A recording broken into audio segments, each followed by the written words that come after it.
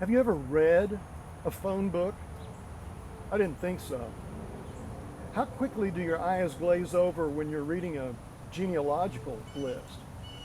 Pretty quick, probably. That's why First Chronicles 1 through 9 is such a challenge in our Bible. And you might find it surprising if I told you that one of the most encouraging messages we can hear in all of Scripture is embedded in that phone book or genealogical list of First Chronicles 1 through 9. You know, if you've even just skimmed, and I suspect that's what most of us do every time we look at First Chronicles 1 through 9, you know that it's just a long list of names. So-and-so had so many sons, and these were their names. Things like that, over and over and over. Now, that's not there to put us to sleep. It's very important work. I won't go into all the details of all the purposes these genealogical lists can serve, but I do want to take us into one small portion of that list and consider something for a moment quite deeply. You know, there's over 900 names mentioned in those 9 chapters.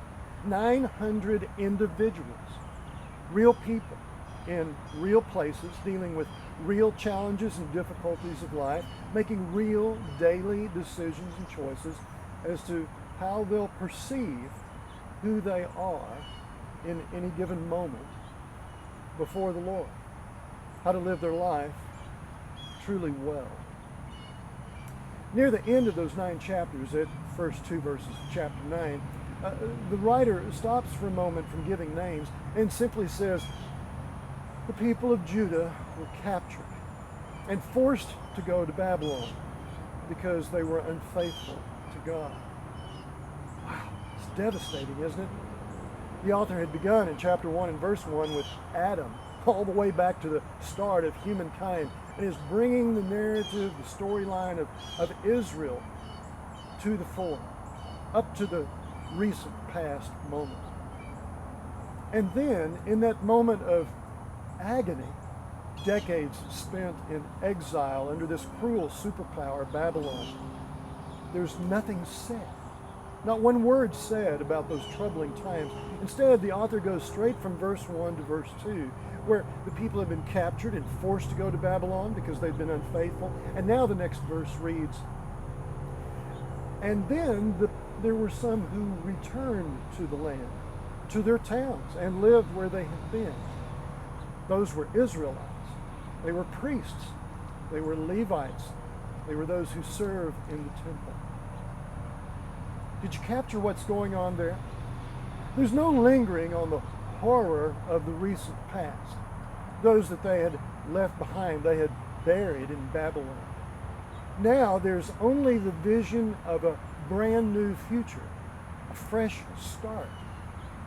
You'd be hard-pressed to find 2 passages that speak of things more starkly in contrast.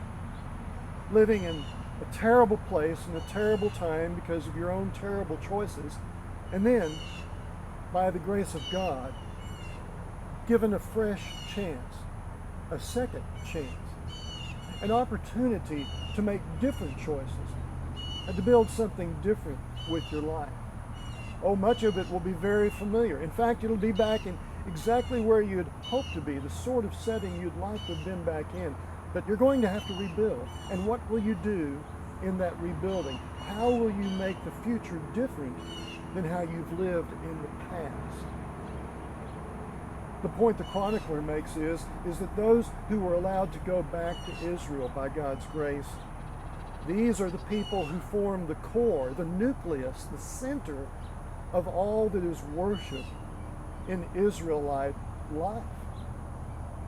Everything about the worship of God at this time revolves around the temple in Jerusalem and those who serve and minister at the temple. This is true not only in a corporate sense for all that is Israel, for all that is community life, but it's also true, just as true as all the 9 chapters are about individuals. It's on an individual level. Picture yourself as one of those Israelites now. And now you are going up to the temple to pray and to offer sacrifice. Your dad wanted to do that, but couldn't. He's buried back in Babylon. Your grandmother would have prayed that if you came to pass, that you would someday be in the land and not have to see what she saw. And now you're experiencing it. And you're choosing what you'll do with your life. Are you praying? Are you making those sacrifices? Is God truly now at the center of your life, and are you not stuck in being unfaithful to Him, trying to live life without Him, the deepest unfaithfulness, not so much by choice, but by sheer indifference? Here the chronicler says that those who came back to the land of Israel had a different mindset. Now, God was at the center of their life. The vanguard, the spearhead, the very tip of the point of the spear of life now is the opposite of what had been before. Those who blaze the trail and lead the way are those who are centered in God.